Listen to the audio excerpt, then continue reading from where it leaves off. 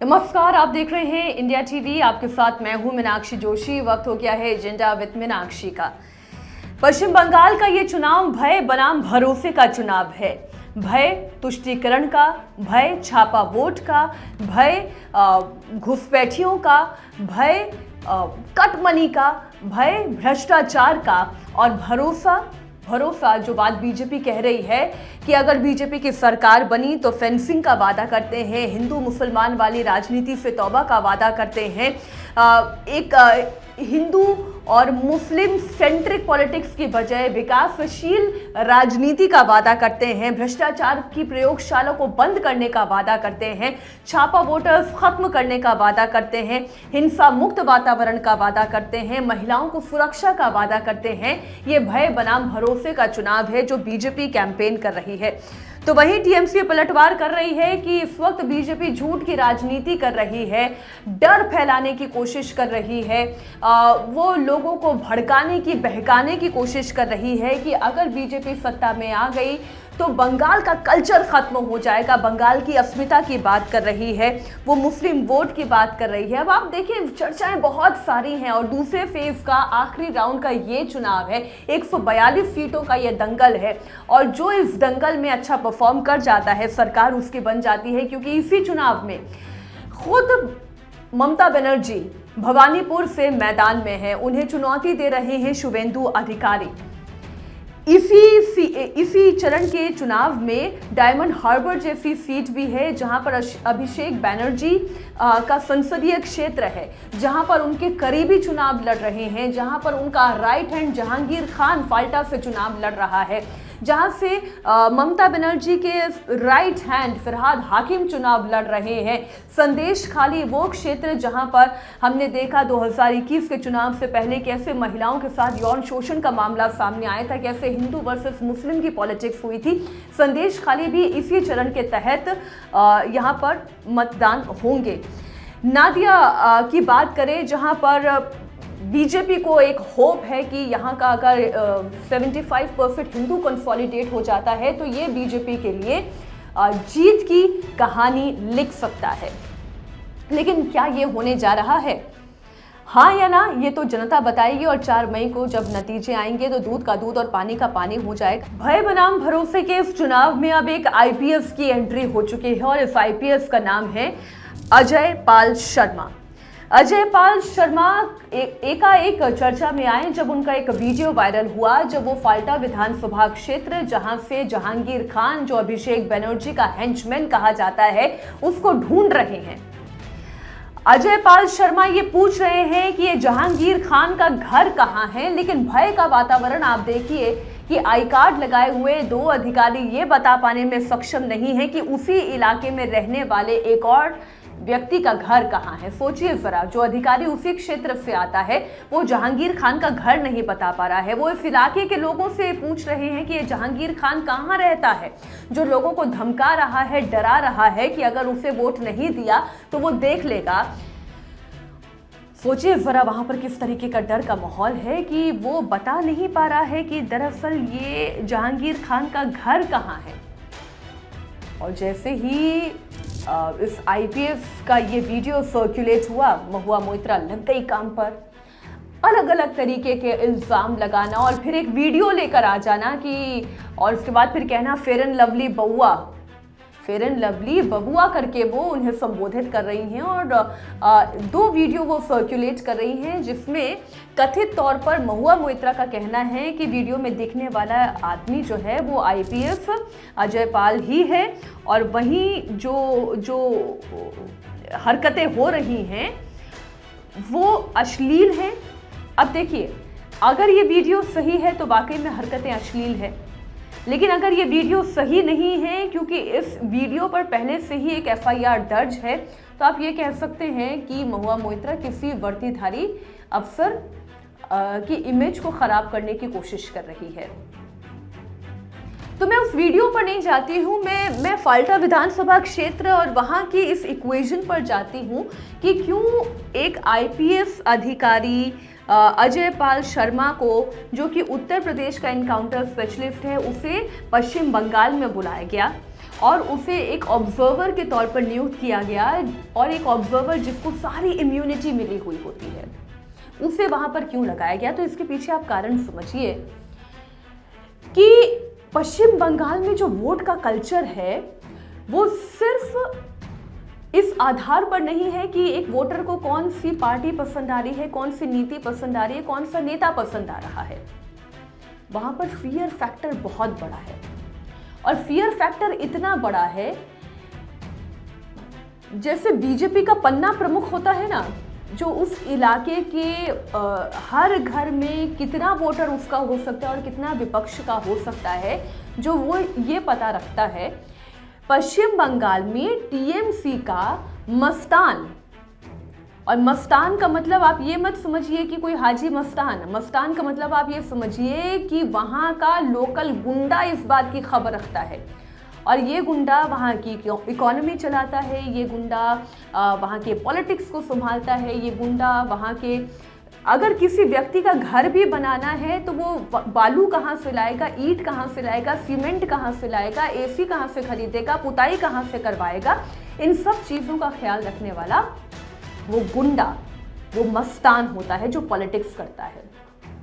तो सोचिए ज़रा, जहाँ पर एक गुंडा ये तय कर रहा है कि किस घर में से किसका वोटर निकल कर जा रहा है, तो वहां की जनता भय मुक्त वातावरण में वोट कैसे करेगी?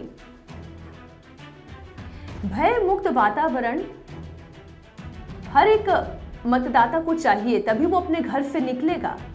अब जो टीएमसी का वोटर है वो तो वोट उन्हें करेगा ही, लेकिन जो टीएमसी का वोटर नहीं है, जो ये चाहता है कि बदलाव आए, उसके मन से सबसे पहले डर निकलना जरूरी है। लेकिन ये डर कैसे निकलेगा जब जहांगीर खान जैसे नेता खुले मंच से धमकी देकर लोगों को डराने की कोशिश करते हैं, वोटर्स को भयभीत करने की कोशिश करते हैं। और जब जहांगीर खान जैसा नेता ऐसा करता है, जब एक छोटा कार्यकर्ता इस तरीके की भाषा बोलता है, जब वो कच्चा बम, देसी बम लेकर इलाके में घूमता है, तो ये किसकी शय पर घूमता है? जाहिर है वो पार्टी के आला नेताओं की शय पर घूमता है। अभिषेक बैनर्जी की हम बात करें, वो मंच से जब गृह मंत्री अमित शाह को ये धमकी दे सकते हैं कि अगर वो एक बाप की औलाद है तो जरा 4 मई के बाद यहां पर रुक कर दिखाए। जब पश्चिम बंगाल की मुख्यमंत्री ममता बनर्जी ये कहती है कि 4 मई के बाद भी मैं यहीं पर हूं, पुलिस वालों को कहती है मैं 4 मई के बाद भी यहीं पर हूं और मैं बताऊंगी, तो क्या ये खुले मंच से धमकी नहीं है? क्या भय मुक्त वातावरण मिल पाएगा?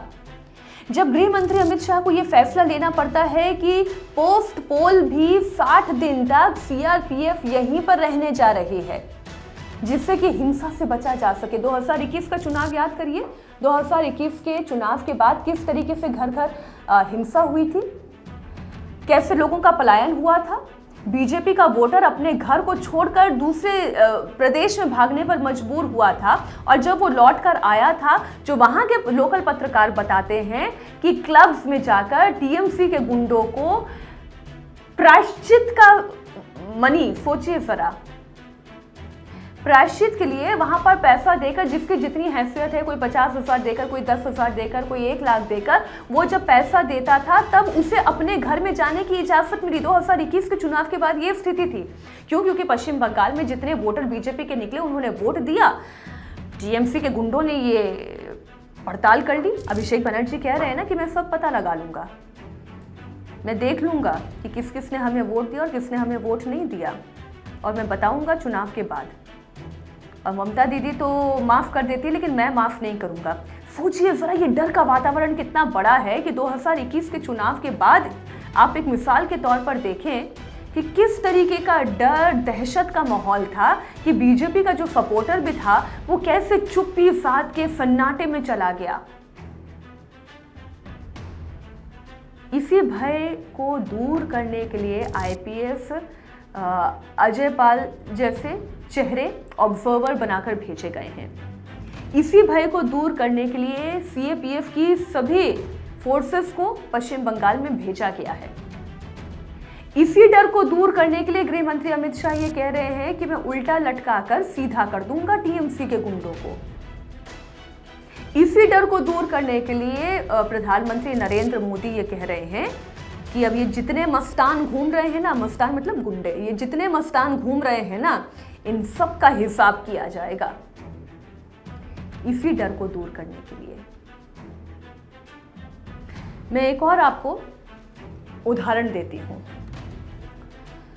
पश्चिम बंगाल का पहले चरण का चुनाव तो आप छोड़ दीजिए, जब ये मोमेंटम बनना शुरू हुआ कि इलेक्शन नज़दीक आने जा रहे हैं, कभी भी अनाउंसमेंट हो जाएगा, तो ये डर का वातावरण कैसे बनाया गया। पश्चिम बंगाल के ही रहने वाले लोगों ने अपना नाम ना बताने की शर्त पे ये कहा कि कुछ हिंदू परिवारों के घर पर कफन भेजा गया। कुछ हिंदू परिवारों के घर पर कफन भेजा गया, ये बताने के लिए कि अगर टीएमसी को वोट नहीं किया तो क्या होगा। कुछ पत्रकार जो मुक्त कंठ से जो वस्तु स्थिति है, मैं पश्चिम बंगाल के पत्रकारों की बात कर रही हूं, वहीं के लोकल पत्रकारों की बात कर रही हूं, जो मुक्त कंठ से बीजेपी की बात रख रहे थे, या पश्चिम बंगाल में जो छापा वोट पड़ रहा है, जो अनैतिक काम हो रहा है, जो कट मनी परंपरा चल रही है, जो ये मस्तानों का खौफ चल रहा है, उस पर जब वो अपनी रिपोर्ट कर रहे थे तो उन्हें डराने और धमकाने का काम किया जा रहा था और आज भी किया जा रहा है। तो ऐसा तो भय का माहौल, फियर फैक्टर इस वक्त पश्चिम बंगाल में दिखाई दे रहा है। अब सवाल यह है कि क्या इस फियर फैक्टर को बीजेपी कम कर पाई है? क्या सीआरपीएफ, आईटीबीपी या सीएपीएफ की जितनी भी फोर्सेस वहां पर पहुंची है, क्या वो ये काम कर पा रही है? क्या बीजेपी पश्चिम बंगाल की उस जनता को विश्वास दिला पा रही है कि हाँ, ममता बनर्जी को भी सत्ता से बेदखल किया जा सकता है? अगर बीजेपी ये कर पा रही है, अगर इलेक्शन कमीशन बिना डर के चुनाव संपन्न कराने का एक वातावरण तैयार कर पा रही है, तो बीजेपी ये चुनाव जीत रही है।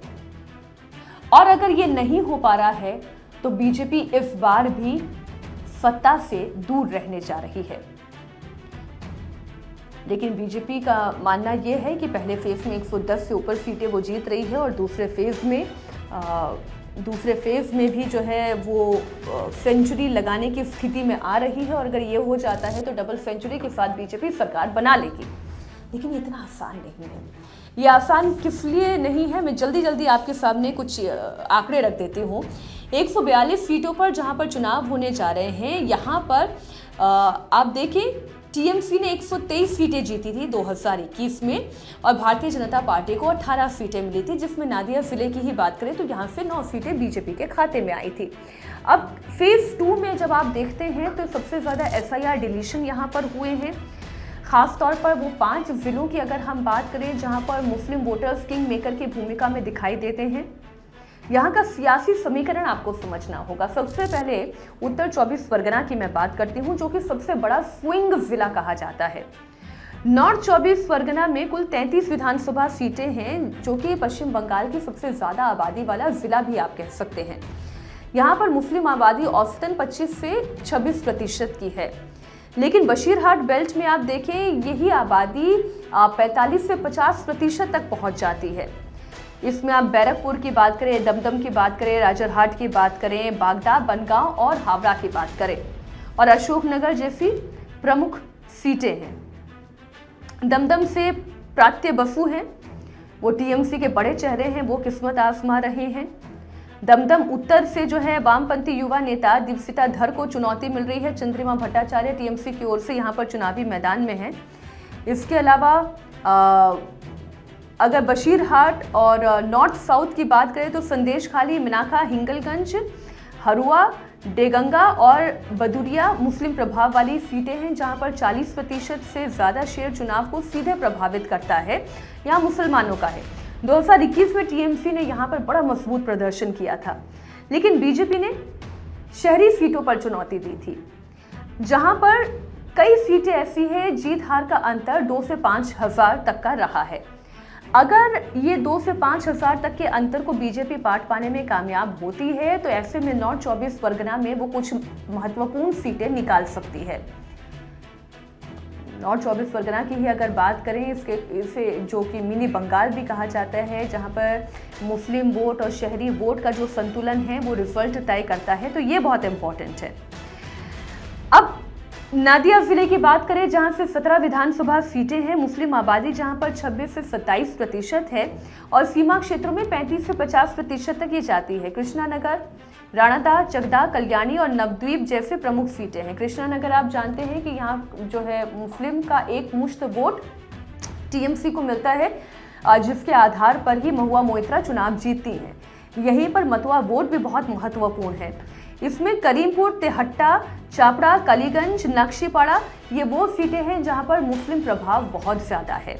ये ज़िला बांग्लादेश की सीमा से जुड़ा होने के कारण यहाँ पर पहचान, सुरक्षा और प्रवासन जैसे जो मुद्दे हैं वो बहुत ज़्यादा रूल करते हैं। 2021 के चुनाव में टीएमसी ने अधिकांश सीटें यहाँ से जीती थी और बीजेपी ने शहरी इलाकों में सेंध लगाई थी। यहाँ पर चाहे खेती की बात हो, रोजगार की बात हो, माइग्रेशन का मुद्दा हो, ये तमाम मुद्दे जो हैं हमेशा हावी रहते हैं। तो मुस्लिम सीटों पर तो आप जानते हैं कि निर्णायक तरीके से टीएमसी हावी रहती है, लेकिन अगर हिंदू वोटों में बिखराव हो जाता है तो बीजेपी बाजी मार सकती है। यही वजह है कि नादिया को सेंसिटिव किंग मेकर जोन की तरह से देखा जाता है, जिसमें आप हावड़ा में अगर देख लें तो शहरी वोट वर्सेस मुस्लिम वोट का अगर डिवाइड हो जाता है तो यहाँ पर बीजेपी का चांस बनना दिखाई देता है। अब हावड़ा की बात करें, जिसमें 16 विधानसभा सीटें आती हैं, इसमें शहरी और औद्योगिक क्षेत्र है। मुस्लिम आबादी 26% है, जो कई सीटों पर 30 से 40% तक पहुंचती है। हावड़ा नॉर्थ, साउथ, शिवपुर, बाली, डोमजूर और उलूबेरिया प्रमुख सीटें हैं। अब इसमें आप देखें कि 2021 में चूंकि आप देख रहे हैं कि रोजगार में लगातार गिरावट हो रही है, जो ट्रांसपोर्ट है उसमें भी गिरावट हो रही है, जो इंडस्ट्रियल सेक्टर है उसमें भी गिरावट हो रही है और इसका असर सीधा सीधा लोगों के पेट पर पड़ रहा है। अगर यहाँ पर बीजेपी का सबका साथ सबका विश्वास वाला मुद्दा चल जाता है, यहाँ पर रोजगार का मुद्दा चल जाता है, केंद्रीय स्कीम चल जाती है और एंटी इनकम्बेंसी का फैक्टर चल जाता है, तो बीजेपी के लिए यहाँ पर अपॉर्चुनिटी बन सकती है। लेकिन 30 से 35%, माफ कीजिएगा 30 से 45% तक का ये जो मुकाबला है ना वो बहुत ही करीबी है और ऐसे में अगर छोटा सा भी स्विंग यहाँ पर आ जाता है, छोटा सा स्विंग यानी 3 से 5% का भी स्विंग अगर बीजेपी लाने में यहाँ पर कामयाब हो जाती है तो हावड़ा में भी बीजेपी एक बड़ा डेंट टीएमसी को लगा सकती है। हुगली की 18 सीटों पर बात कर लें, हुगली की 18 सीटें ऐसी हैं जिनमें से मुस्लिम आबादी लगभग 15 से 16% है, लेकिन कुछ सीटों पर यही आबादी 20 से 35% तक की है। चंचुरा, श्रीरामपुर, डाकुनी, आरामबाग, तारकेश्वर प्रमुख सीटें हैं। अच्छा, आप अभिषेक बनर्जी का जब आप बयान भी सुनेंगे तब उन्होंने आरामबाग की रैली में क्या बातें कही कि यहाँ से मुझे हिंदू वोट नहीं मिला, यहाँ से मुझे पिछली बार भी वोट नहीं मिला, अगर इस बार मुझे वोट नहीं मिला तो मैं बताऊंगा आपको।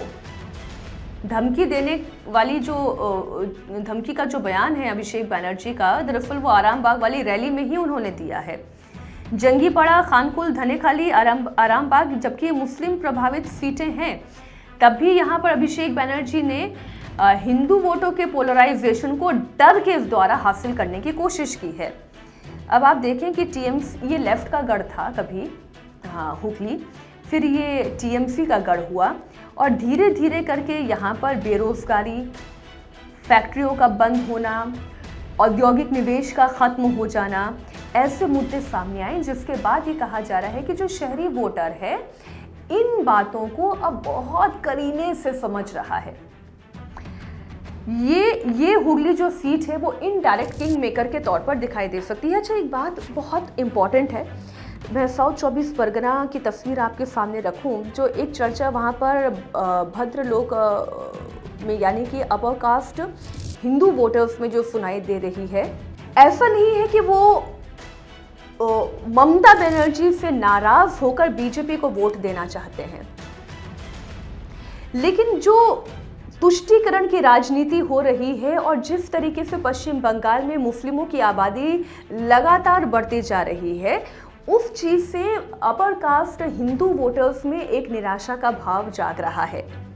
दबी जुबान में ही सही, लेकिन वो ये कह रहे हैं कि अगर इस बार भी ममता बनर्जी आ गई तो वो दिन दूर नहीं जब पश्चिम बंगाल के हिंदू को भी टोपी और हिंदू महिलाओं को बुर्का पहनने की नौबत आ जाएगी।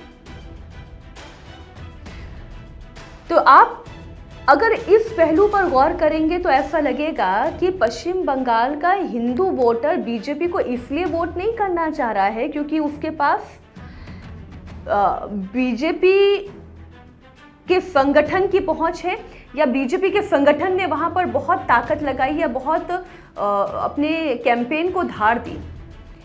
क्योंकि आप ये जानते हैं कि 4 साल तक पश्चिम बंगाल में बीजेपी ने एफर्ट नहीं किया। शुवेंदु अधिकारी अलग, दिलीप घोष अलग, सौमिक भट्टाचार्य अलग, सब अलग अलग कैंप्स में दिखाई दे रहे थे। लेकिन जैसे जैसे चुनाव नज़दीक आया तो आपको ध्यान होगा अमित शाह ने पश्चिम बंगाल पहुंचकर ये कहा था कि अब यूनाइट होने का समय आ गया है। अब सबको अपना अपना काम छोड़कर सिर्फ एक लक्ष्य के साथ काम करना है कि पश्चिम बंगाल में बीजेपी की सरकार बनानी है।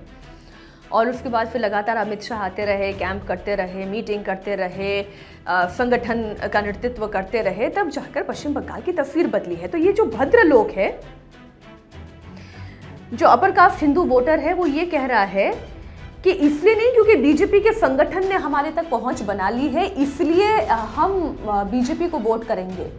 लेकिन आज हमने पश्चिम बंगाल से टीएमसी की सरकार को अपदस्थ नहीं किया तो कहीं ऐसा ना हो आने वाले समय में हिंदू पुरुष भी टोपी और हिंदू महिला भी बुर्के में दिखाई दे। तो उनके पास ऑप्शन क्या बचता है? उनके पास ऑप्शन बीजेपी बचता है।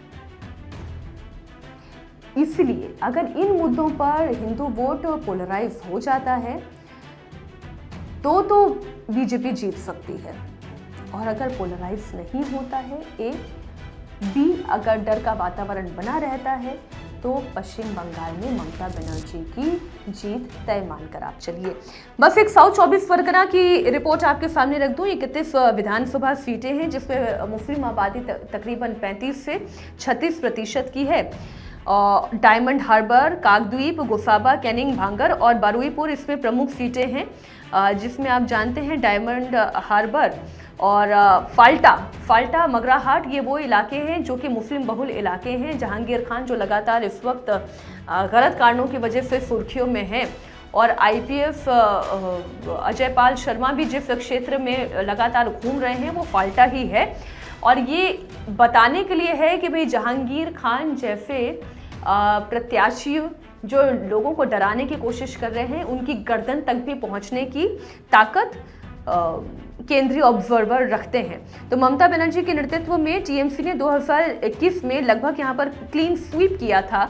लेकिन अगर यहाँ पर ग्रामीण विकास, सरकारी योजनाएं, मतुआ समुदाय के बीच में बीजेपी की राजनीति अगर अच्छे से काम कर जाती है तो ये बीजेपी के लिए कुछ राह आसान करेगी। वरना मान के चलिए ये तो टीएमसी के मजबूत आधार का गढ़ है।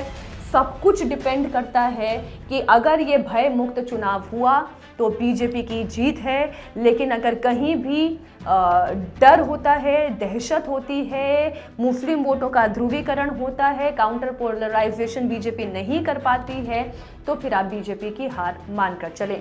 अब जनता क्या जनादेश देती है इस पर नजर हमारी रहेगी, और वोट प्रतिशत कितना जाता है उस पर भी हमारी नजर रहेगी। आज एजेंडा विद मीनाक्षी में इतना ही। कल फिर होगी आपसे मुलाकात, और मतदान के बाद देखिए फिर जनता का रुझान क्या रहता है।